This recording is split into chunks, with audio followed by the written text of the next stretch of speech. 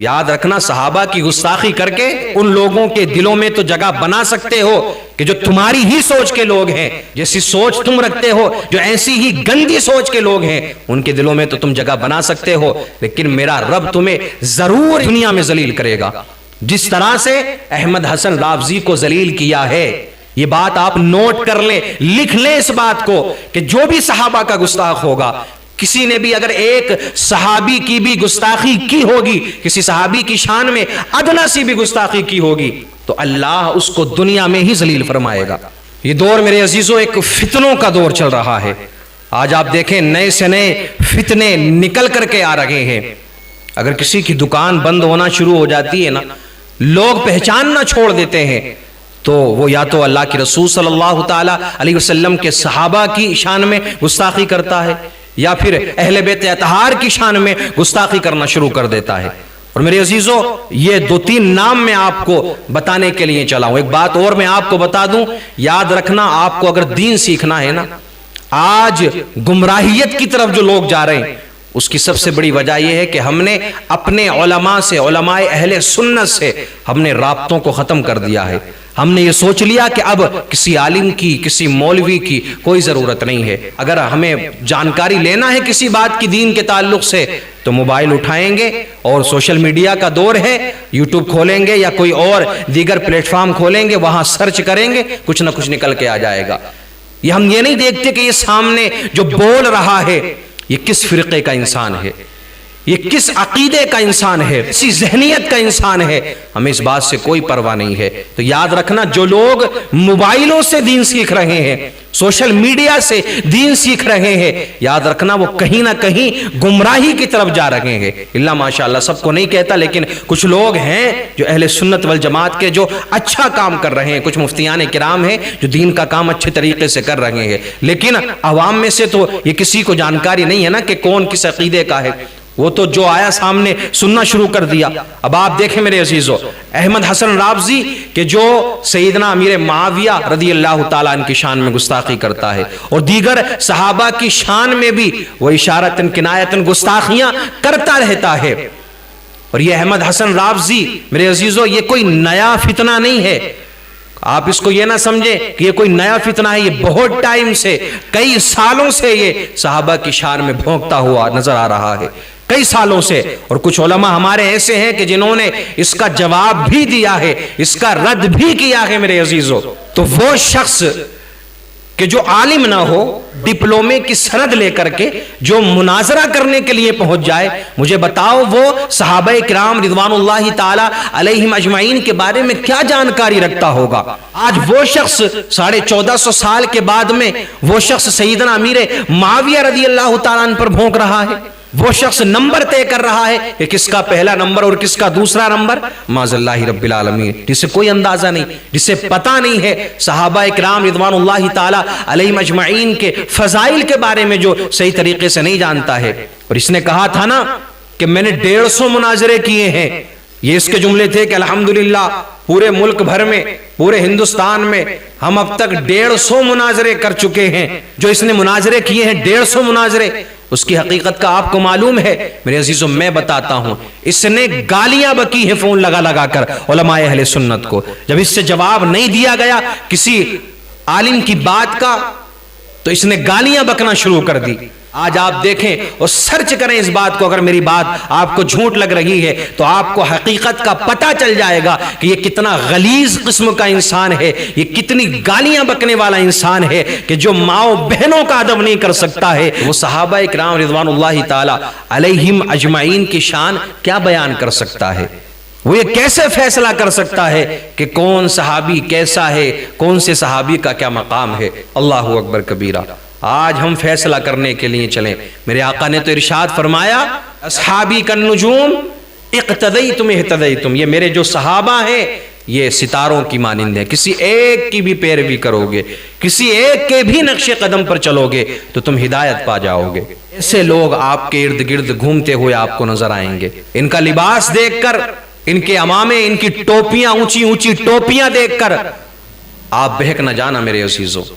کیونکہ آج کوئی روک نہیں سکتا ہے، سب کے ہاتھ میں موبائل ہیں، سب اپنے اپنے مائنڈ کے حساب سے موبائل یوز کر رہے ہیں، کسی بھی کلپ، کسی بھی ویڈیو آپ کے سامنے آ سکتی ہے، لیکن اس بات پر عمل کرنے سے پہلے، اس بات پر ایمان رکھنے سے پہلے، وہ عقیدہ اپنا بنانے سے پہلے اپنے علماء اہل سنت سے رابطہ کریں، یا آپ کی مسجد میں جو امام ہے ان سے جا کر کے رابطہ کریں، یا آپ کے ارد گرد کوئی جامعہ ہے وہاں جا کر کے مفتیان کرام سے رابطہ کریں کہ یہ جو بات کہنے والا شخص ہے یہ صحیح کہہ رہا ہے یا غلط کہہ رہا ہے۔ اگر آپ نے ایسا نہیں کیا، بغیر سوچے سمجھے اپنا ہی دماغ استعمال کرتے رہے، اور آپ احمد حسن جیسے لوگ یا عبید اللہ خان عزوی کہ جنہوں نے ابھی حال ہی میں سیدنا امیر معاویہ کی گستاخی کی ہے، یہ بھی لوگوں نے پہچاننا بند کر دیا، جلسوں میں بلانا بند کر دیا، تو یہ راستہ چن لیا کہ چلو کوئی نیا کام کرتے ہیں۔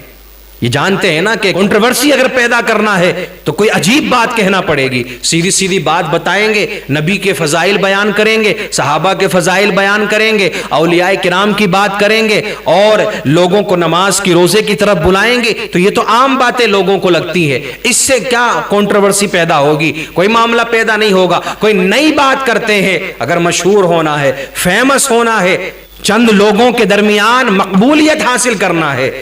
یاد رکھنا صحابہ کی گستاخی کر کے ان لوگوں کے دلوں میں تو جگہ بنا سکتے ہو کہ جو تمہاری ہی سوچ کے لوگ ہیں، جیسی سوچ تم رکھتے ہو، جو ایسی ہی گندی سوچ کے لوگ ہیں، ان کے دلوں میں تو تم جگہ بنا سکتے ہو، لیکن میرا رب تمہیں ضرور دنیا میں ذلیل کرے گا،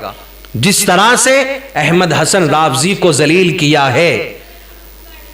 اس نے سوشل میڈیا پر آ کر یوٹیوب کے ذریعے، فیس بک کے ذریعے صحابہ کرام رضوان اللہ تعالی علیہم اجمعین کی شان میں گستاخیاں کی۔ یہ بات آپ نوٹ کر لیں، لکھ لیں اس بات کو کہ جو بھی صحابہ کا گستاخ ہوگا،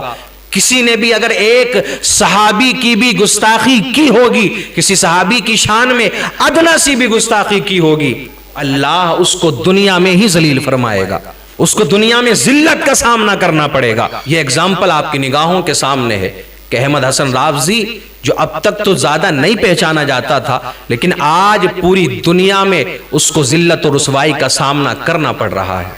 یاد رکھنا، علماء اہل سنت کے سامنے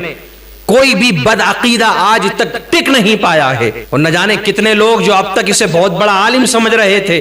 اب تک اسے بہت بڑا علامہ فہامہ سمجھ رہے تھے، اور دیکھا نہیں آپ نے ذلیل ہونے بھی کس طریقے سے گیا، جبہ قبہ پہن کے بڑی ٹوپی لگا کر کے دولہا بن کے ذلیل ہونے گیا تھا۔ عزیزو، ہم اہل سنت والجماعت کا یہ عقیدہ ہے، ہمارا ایمان سارے صحابہ پر ہے، اور جو